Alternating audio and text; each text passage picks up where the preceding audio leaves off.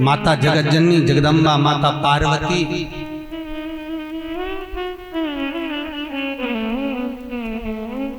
मैनावती के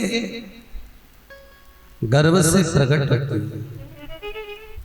देखो, मैना, धन्या और कला, मैना, धन्या और कला, ये पितरों की तीन बेटी हैं। पितृलोक में जो पितर रहते हैं उनकी तीन बेटियां मैना, धन्या और कला। एक बार सनकादि ऋषि तप कर रहे थे, ये तीनों जा रही थी।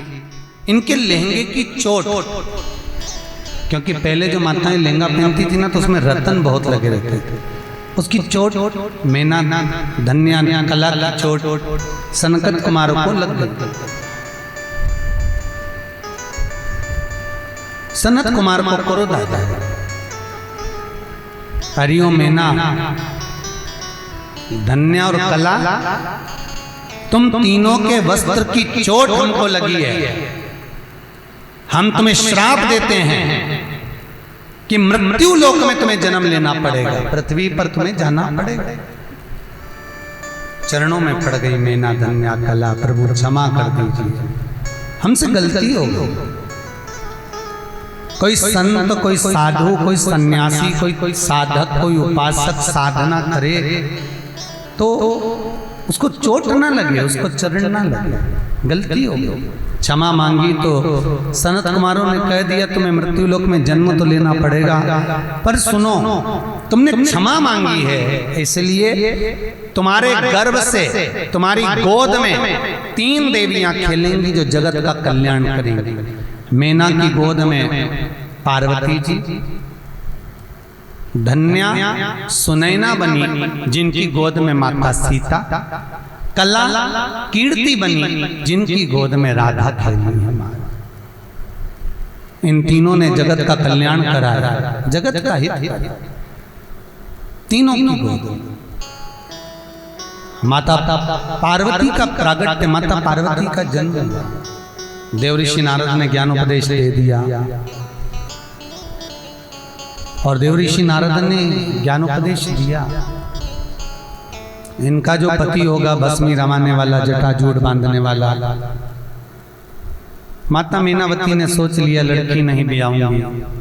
देवऋषि नारद ने कहा यदि ये पार्वती शिव की आराधना करे तो शंकर इसको पति के रूप में मिल जाए।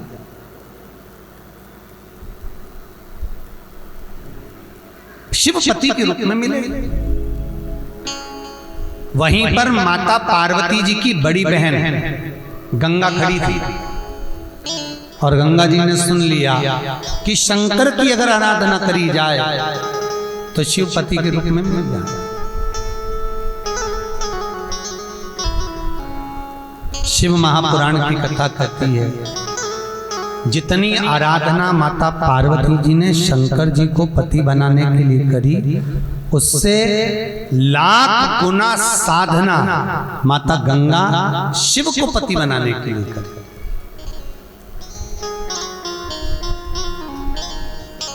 महाराज, साधना तप मां गंगा करती रही, खूब तप।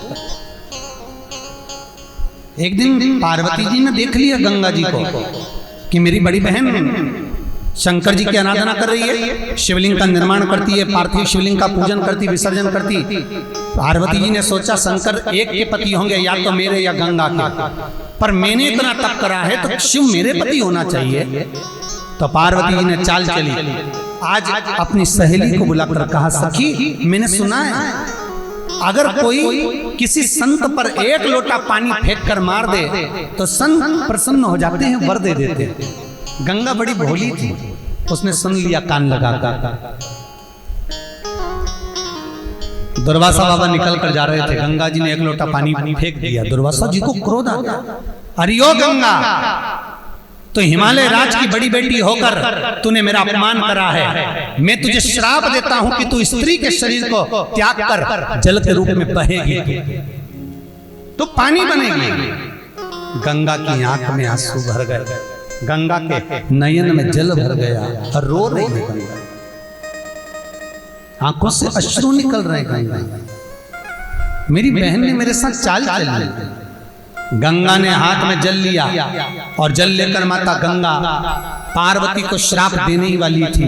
इतनी देर में शंकर भगवान आकर खड़े हो गए, गंगा इस पार्वती को श्राप मत दो,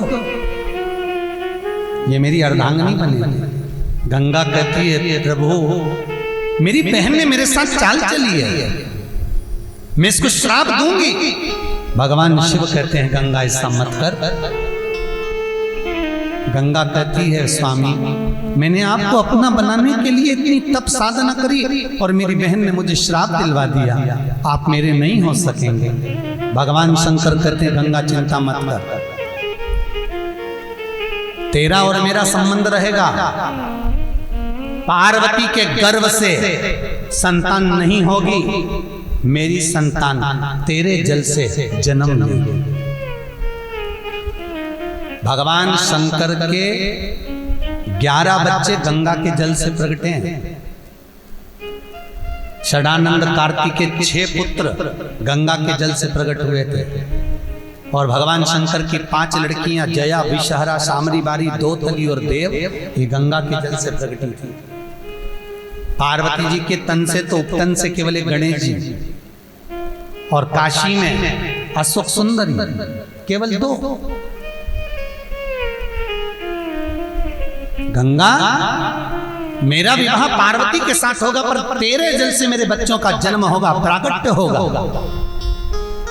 और गंगा तू चिंता मत कर, दुनिया के लोग जब गंगा के घाट पर आएंगे डुबकी लगाएंगे, हर हर गंगे कहेंगे, तेरा नाम मेरे नाम के साथ जोड़ा जाएगा, तू मेरी कहलाएगी। गंगा रोती है, नैनों से नीर बहता है स्वामी आप मुझे अर्धांगिनी नहीं बनाएंगे, आप मुझे पत्नी नहीं बनाएंगे।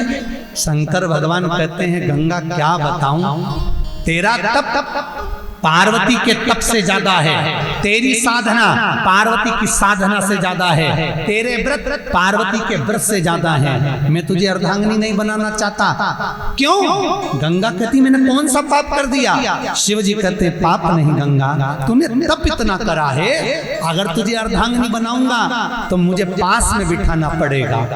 अगर मैं तुझे अर्धांगिनी बनाऊंगा, पत्नी बनाऊंगा तो तू पास में बैठी रहेगी। तूने इतना तप करा है, इतना पूजन करा है कि मैं तुझे पास में नहीं बिठाना चाहता, अपने सिर पर बिठाना चाहता हूं, इसलिए मैं तुझे मस्तक पर रखूंगा, अपने सिर पर। तो चिंता ना कर। गंगा कहती है अगर मुझे अपने सिर पर रख रहे हो तो एक वचन देना पड़ेगा, मांगो। गंगा कहती है किसी के मरने के बाद उसकी अस्थियां जितने दिन तक गंगा के जल में पड़ी रहे उतनी दिन तक वो जीवात्मा बैकुंठ में पड़ी रहे।